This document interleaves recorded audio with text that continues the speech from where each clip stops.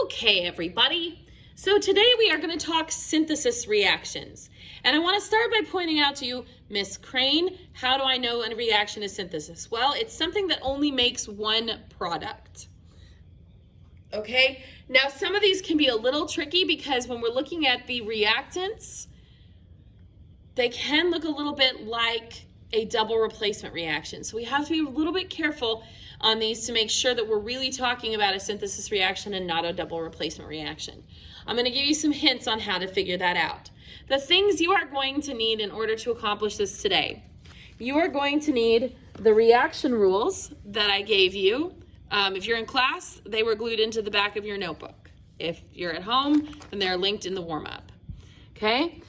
There is also, linked in the warm-up today, or if you're in class, I have a copy of this for you, a list of oxidation numbers. And this might actually really shock you just a little bit because we've gone around saying, this is the charge. And turns out, not so much. Chlorine, always -1, right? No, actually, only -1 when in a compound with a metal. When we're doing an ionic compound and it's crisscrossing. When it is in a compound with another non-metal, it can be +1, +3, +5, or even +7. Good times. All right. So you're going to need this list with all these oxidation numbers, and I will show you what you need this for as we work through our problems. But you will need this list of oxidation numbers for all of our common symbols. You are also going to need the polyatomic ions chart, because a great deal of this is based off of polyatomic ions. And then, of course, as per always, you need your periodic table. So basically, there are 4 different types of synthesis reactions, okay? And I'm going to do an example of each one of the different types of reactions. So we're going to start with reaction type A. Go ahead and write down the problem, magnesium and oxygen yields. I'm going to flip over to our synthesis reaction rules, and I want to point out that this one is an A because it is the formation of a binary compound. How do I know? Because we are starting with 2 elements and we are going to finish with 1 binary compound. So if you are starting with 2 elements, you are making a binary compound synthesis reaction. Okay? And this is fairly straightforward. We're going to use preferred oxidation number. So if you don't give you a charge for a metal, use the preferred one. Okay? So this is fairly similar to what you would expect it to be. We have magnesium, which of course is a metal all by itself, which means we just write its symbol. And then we have oxygen, which is a non-metal all by itself. Now with the non-metals, when they're all by themselves, remember we have to check the Hofbrinkel's list. And oxygen is in fact on the Hofbrinkel's list. So instead of writing this as O, we're going to write this as O2. Okay?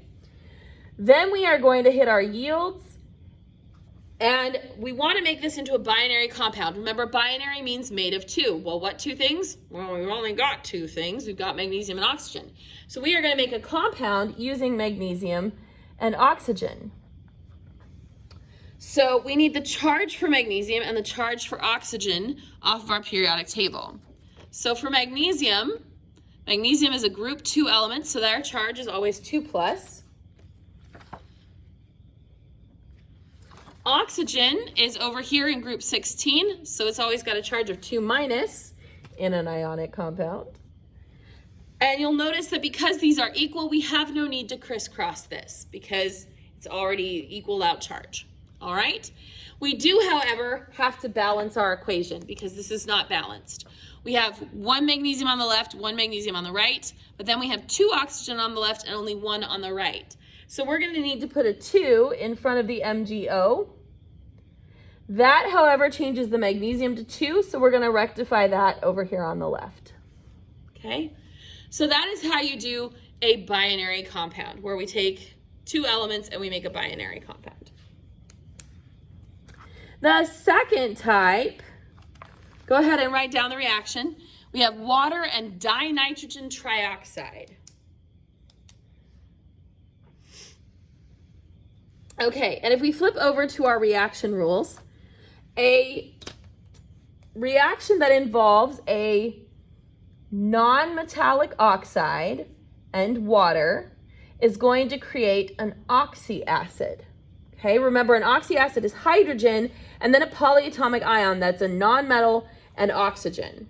Okay, so now if we look at our problem, dinitrogen trioxide, nitrogen is a nonmetal and this is an oxide. So this is a nonmetallic oxide and water. So that makes this a B. Now B is a little bit on the tricky side. Okay, so stick with me here. We have water, very straightforward. And then we have dinitrogen, which means two nitrogens, trioxide, O3. Remember with the covalent compounds, we don't actually have to crisscross them. We simply use their prefixes to tell us how many. But then it becomes, what is this going to be? Well, remember, it's an oxyacid, so we know it's going to start with hydrogen, and then we need a nonmetal and oxygen. Well, the only nonmetal we have here, hydrogen we've already accounted for, oxygen we're going to use, is nitrogen. So this is an NO polyatomic ion, okay? Because that's all we have. The problem is, which one? Nitrite, NO2, or nitrate, NO3? And this is where it gets a little exciting. So what we're going to do is we're going to look at this dinitrogen trioxide. Oxygen always has a charge of 2-, okay, including in these non-ionic compounds. Now, if we uncross this, see how this 2 goes to the oxygen? This 3 would go to the nitrogen. So our nitrogen in this case has a charge of 3+. Now, we're going to look at our list for nitrogen. Nitrogen has 3-, we're not looking at the negative charges, 3+ and 5+, okay? The 3+ is the lower of the two charges. So this is our low charge. If we go back to our reaction rules, look what it says. Use note 1 below to determine if the polyatomic ion is 8 or ite. So we go down here to note 1, and it says a high oxidation number on the nonmetal is an 8. A low oxidation number is an ite. Well, we just determined that nitrogen here is the low. It's the 3+ instead of the 5+. So that is its low oxidation number. So that means that this polyatomic ion is going to be the nitrite. So we're going to make this NO2. NO2 has a charge of 1-, hydrogen a charge of 1+. So again, here, no need to crisscross because this is already equal. We do, however, need to balance this equation because it is not balanced. All right, we have 2 hydrogens on the left and only 1 on the right. So let's put a 2 in front. Ooh, sorry, it's not running to right. Let's put a 2 in front of our HNO2. But remember, that distributes to all of these things. So now I have 2 nitrogen, and I have 2 times 2 oxygen, so that's a total of 4 oxygen on the right. On the left, I have 3 oxygen here, plus another oxygen here for a total of 4. So 4 on the left, 4 on the right, this is balanced. Okay? So then we have type C. Type C, we have calcium oxide and water yields. So go ahead and write down that reaction for type C. Then we're going to flip over to our reaction rules and look at this. Type C is the formation of a base, which is a metal with the hydroxide ion. So like this, metal and then a hydroxide ion. Okay? The way we form this is we have a metallic oxide, so metal and oxygen, and water, and they are going to make the base. Okay? So, how do I know that this is a type C? Well, I have a metal oxide and water. Okay, this would be a really easy one to confuse with a double replacement reaction because we would think, oh, well, what if I switch the calcium and the hydrogen? Well, if you did that, we would have the same thing because they both end in oxygen. Calcium oxide ends in oxygen, water ends in oxygen. So this is not a double replacement reaction. This is a synthesis reaction where we are making a base. Okay?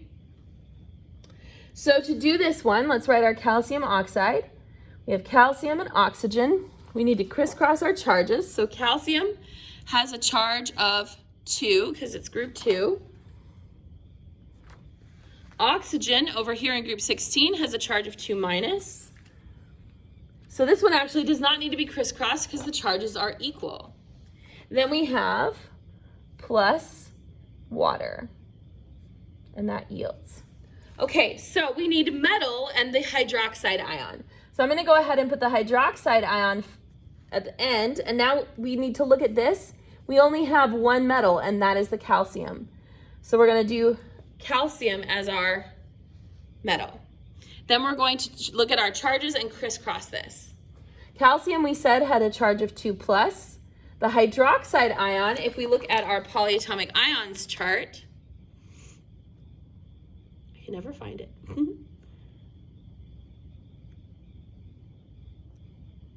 There it is. Hydroxide is a 1 negative charge. Okay? So this 2 from the calcium is going to come over here to the outside of the parentheses. The 1 goes to the calcium, and we don't write 1, so that's good. So then the last thing we need to do with this equation is to balance it. Okay? So we have 1 calcium on the left, 1 calcium on the right. That's okay. Careful with this. I have 1 hydrogen times 2 because it's in the parentheses. So that's 2 total hydrogens on the right. And we have 2 hydrogens on the left. That's good. This, we have 1 oxygen times 2 on the right, so a total of 2 on the right. And then we have 1, 2. Here we can add this together. So that equation is already balanced. So this is a 1, 1, 1. Okay? This last one, again, this type D, is also a little bit tricky. So go ahead and write down our problem. We have lead 2 oxide and sulfur trioxide. So for this one, let's go to our rules. This one is a type D, the formation of an oxysalt. This is a metal and a polyatomic ion containing oxygen. So like this, metal with a polyatomic that is a nonmetal and an oxygen. This begins with a non-metallic oxide and a metallic oxide. Okay, so we have an ionic compound and a covalent compound, one of each, and they both end in oxygen. Now, how do we know this isn't a double replacement reaction since they're both compounds? The key here is that they're both going to end in oxide. Okay, so if I switched the first ion, it wouldn't be a reaction because they're still going to end in oxide. So that's what makes this synthesis. All right. So let's write our equation. We have lead 2 oxide. So lead, they're telling us with this Roman numeral that the lead has a charge of 2 plus. Oxide is oxygen, which if we look at our periodic table, oxygen is in group 16, so it's going to have a 2 minus charge. So on this one, we don't need to crisscross it. Oops, sorry, you can't see that. My bad. On this one, we don't need to crisscross because it is already equal. And means we put our plus. Then we have sulfur trioxide. Remember, the tri means we're not crisscrossing, we're just using our prefixes. So that's 1 sulfur and 3 oxygens. Okay? So then we're going to have a metal first. The only metal we have over here is lead, so we're going to put that lead. And again, remember that charge was 2 plus. We're going to keep the charge of the metal the same. Okay, so in this case, we had a metal that has more than one possible charge. We are going to keep the charge the same. All right, and then we're going to have some kind of non-metallic polyatomic ion that ends with oxygen. So the only other element besides oxygen that we have is sulfur. So this is going to be an SO. But again, there's more than one type of SO. There's SO3 sulfite and there's SO4 sulfate. Now this gets a little tricky, so stay with me here. The charge on oxygen is always 2 minus. We have 3 of those. Now you'll notice in the other one I just uncrossed it. But if I uncross it, here the charge of oxygen would be 1. That's not right. Oxygen is not 1, it's 2. Okay? So this is one that has been reduced. So I have 2 negative times 3 oxygens for a total of 6 negative. That means that this one sulfur is bearing a 6 positive charge.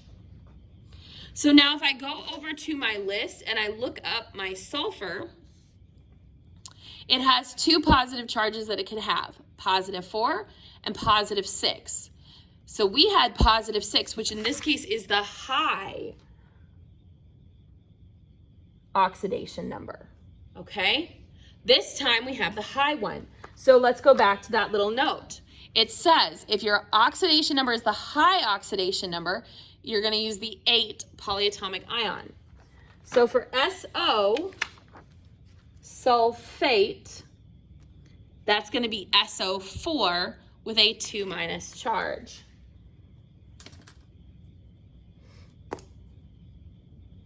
So my lead was 2+, sulfate is 2-, so that is okay. We don't need to crisscross. Now let's get this balanced. We have 1 lead on the left and 1 lead on the right. 1 sulfur on the left, 1 sulfur on the right. Good.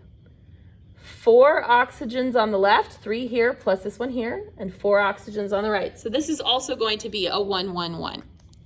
Now, ladies and gentlemen, the trick to synthesis reactions is to look at your reactants and figure out which one you are dealing with, okay? If you have 2 elements, you're making a binary compound. If you have a non-metallic oxide and water, so a non-metal with oxygen and water, you're going to make an oxyacid. If you have a metallic oxide, so metal and oxygen, with water, you're going to make a base. If you have non-metallic oxide and metallic oxide, you're making an oxysalt. All right? So you really have to start with what they've given you and figure out what you're dealing with. Is it an A, a B, a C, or a D? All right? And that takes a little bit of practice. So you have a worksheet to work on that's going to give you lots of practice before I go mixing these in with double replacement reactions and making it really hard. Remember, a double replacement reaction is going to typically be a metal and a non-metal, or a metal and a polyatomic ion with another metal polyatomic or metal non-metal. So it's 2 ionic compounds typically. All right? These guys are not ever 2 ionic compounds together. Okay? Good luck, guys.